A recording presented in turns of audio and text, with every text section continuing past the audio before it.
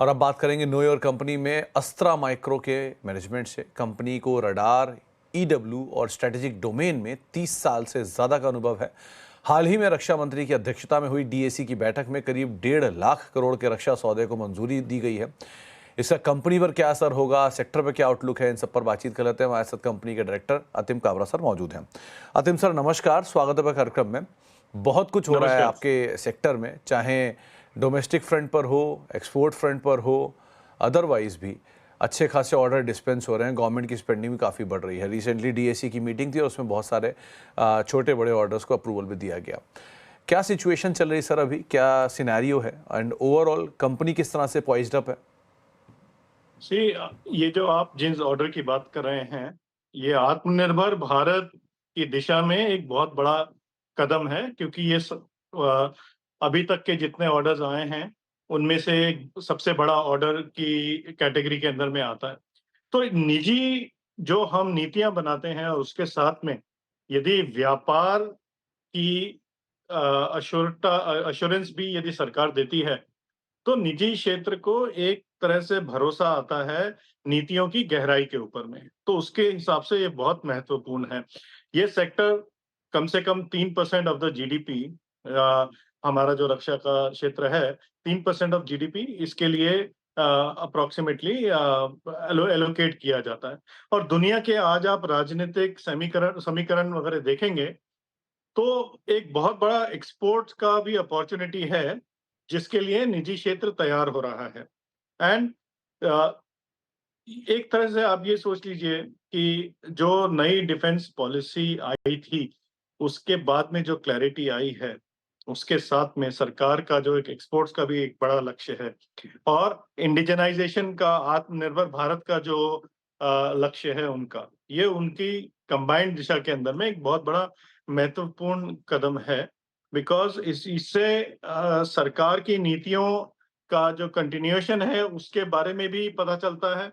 और defence sector के अंदर में ये जो एक कैपिटल स्पेंडिंग का जो सेगमेंट होता है, उसके लिए भी एक ये बड़ा क्लियर कट सिग्नल देता है।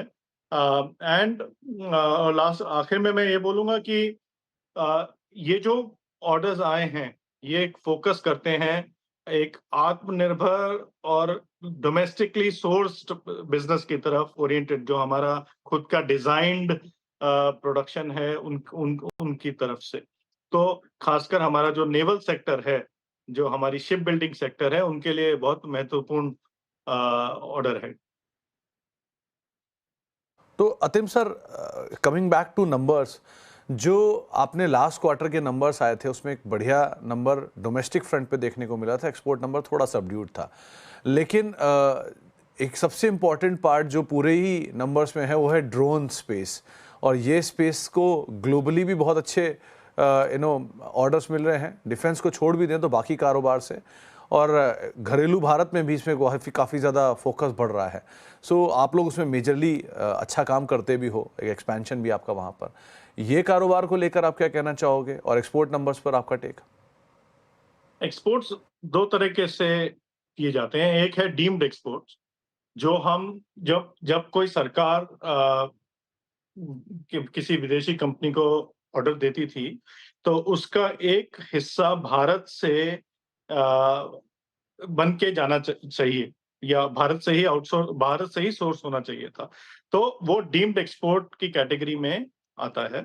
और दूसरा है जहाँ पे हम अपने प्रोडक्ट्स को, एक हाई मार्जिन बिजनेस, जो हम अपने प्रोडक्ट्स को ही बाहर बनाते हैं। फॉर एग्जांपल, हम देखें तो अभी Astra microwave anti drone systems बना रही है। ड्रोन्स ने एक तरह से जो भी आज तक का जो भी युद्ध का एक समीकरण था, ड्रोन्स ने उनको बिल्कुल नया तरीका से बना दिया है। तो एंटी ड्रोन सिस्टम्स एक बहुत बड़ी महत्वपूर्ण एरिया है, जिसके अंदर में एस्ट्रा माइक्रोवेव फोकस कर रहा है, जहाँ पे हमारा खुद का सिस्टम होगा। तो जहाँ पे नॉट ओनली एक रडार होगा जो ड्रोन को कैप्चर कर सकता है, बट उस रडार, जो ड्रोन्स आ रहे हैं, उनका खात्मा करने के लिए, चाहे आप उसका सिग्नल को डिसेबल करिए या फिर उनको आप गोली बारूद से ध्वस्त करिए, वो दोनों चीजें एंटी ड्रोन सिस्टम कंप्लीट दे सकता है। तो जैसे एक ये बड़ा एरिया है जिसके अंदर में काफी अपॉर्चुनिटी है, नॉट ओनली डोमेस्टिक मार्केट के अंदर में बट ऑल्सो बाहर भी। सेम वे आप देखेंगे तो आज टैंक्स हैं जो और जो ड्रोन्स आके टैंक्स के ऊपर में अटैक कर रहे हैं, खासकर आप यूक्रेन और रशिया के युद्ध के अंदर में जो देख रहे हैं, तो टैंक्स की सुरक्षा या हमारे जो आर्मर्ड पर्सनल कैरियर्स होते हैं उनकी सुरक्षा, ये भी एक बहुत बड़ा एरिया है जिसके अंदर में आप रडार से कंबाइन करके रडार के साथ में यदि आप इनकमिंग जो ऑब्जेक्ट्स होते हैं जो ध्वस्त कर सकते हैं, उनको यदि आप रोक सकें तो वो एक बहुत बड़ा एरिया है जिसके अंदर में एस्ट्रा एक भूमिका बनाएगा, प्ले करेगा। सेम वे एस्ट्रा अंतरिक्ष और हमारे जो उपग्रह हैं, अगला युद्ध का जो अरीना माना जाता है, वो बोला जाता है कि स्पेस और अंतरिक्ष के अंदर में वो बहुत बड़ा एरिया होगा। तो भारत की सरकार की ने भी इस सेक्टर को ओपन किया है। हम एक स्पेस के सेक्टर के अंदर में एस्ट्रा एक एस्टैब्लिश प्लेयर है जहाँ पे 150 करोड़ से ज्यादा का हमारा इस समय का एग्जिस्टिंग ऑर्डर बुक है। तो उसी को हम उसके ऊपर में ही काम करके हम यदि अपने ही उपग्रह बना सकते हैं और उपग्रह के अंदर में भी हजारों तरीके के डिटेल्स के अंदर में उनके यूज हैं, उनका बनाया जाते हैं वो सब। तो एक भी बहुत बड़ा ये अपॉर्चुनिटी है जिसके अंदर में एस्ट्रा भी अभी प्रवेश कर चुका है और है इस सेक्टर के अंदर में। तो यदि हम सर अतिम सर, जो अभी अभी कंपनी की ऑर्डर बुक है, ऑर्डर बुक की जो सिचुएशन है, जो आप कह भी रहे हैं कि आप करीब 150 करोड़ रुपए की ऑर्डर तो वहां पर देख रहे हैं, सो ओवरऑल कंपनी की ऑर्डर बुक क्या साइज है? 1 2 क्या इनफ्लोज आप एक्सपेक्ट कर रहे हो FY25 के लिए? क्या गाइडेंस लेके चल रहे हो आप लोग, और क्या मार्जिन ऑन ऑर्डर्स में? हमारी यदि नॉन कंसोलिडेटेड ऑर्डर बुक देखी जाए तो अभी हमारी 2000 करोड़ से ज्यादा की एग्जिस्टिंग ऑर्डर बुक है।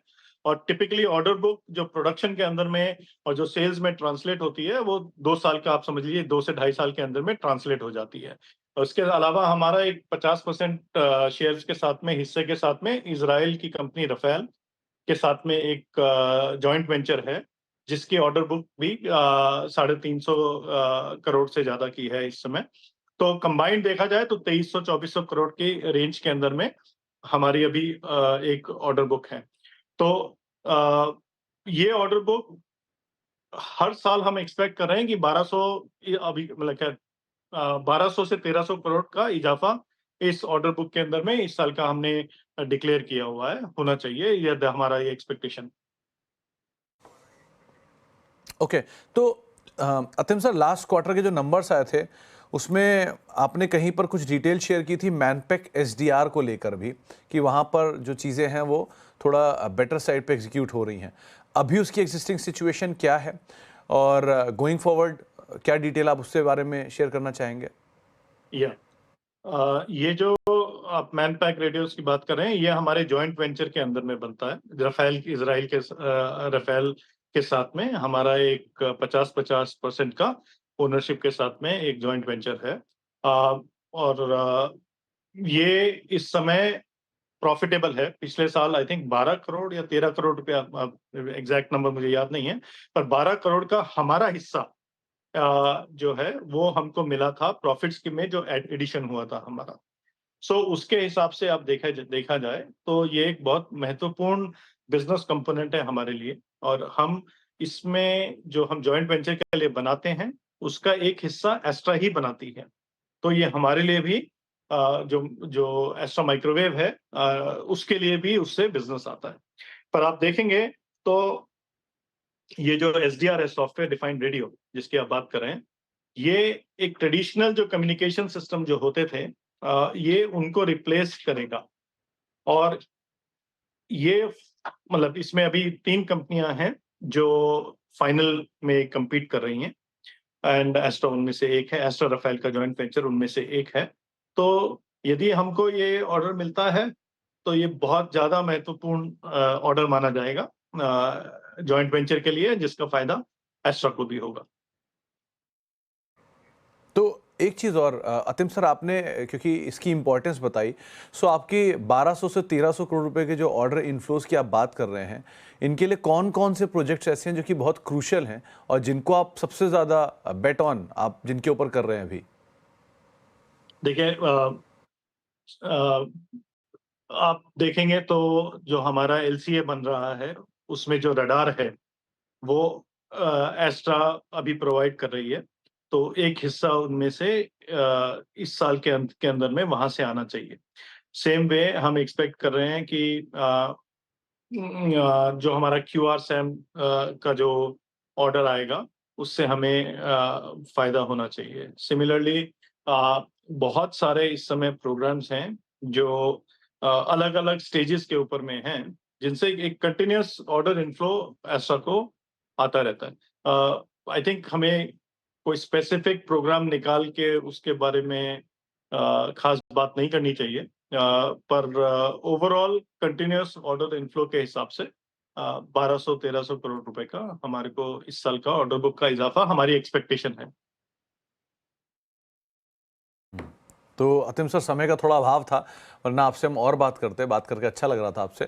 बहुत बहुत शुक्रिया हमारे साथ आज मौजूद रहने के लिए, कंपनी के नंबर से बातचीत करने के लिए, तमाम डिटेल्स के लिए, और उम्मीद करते हैं जो आप 1200-1300 कह रहे हैं, ये एक नंबर आप अपर एंड पे एक्सीड भी करेंगे, अचीव भी करेंगे, और थैंक यू। अच्छी ग्रोथ के लिए आपको शुभकामनाएं आने वाले समय के लिए।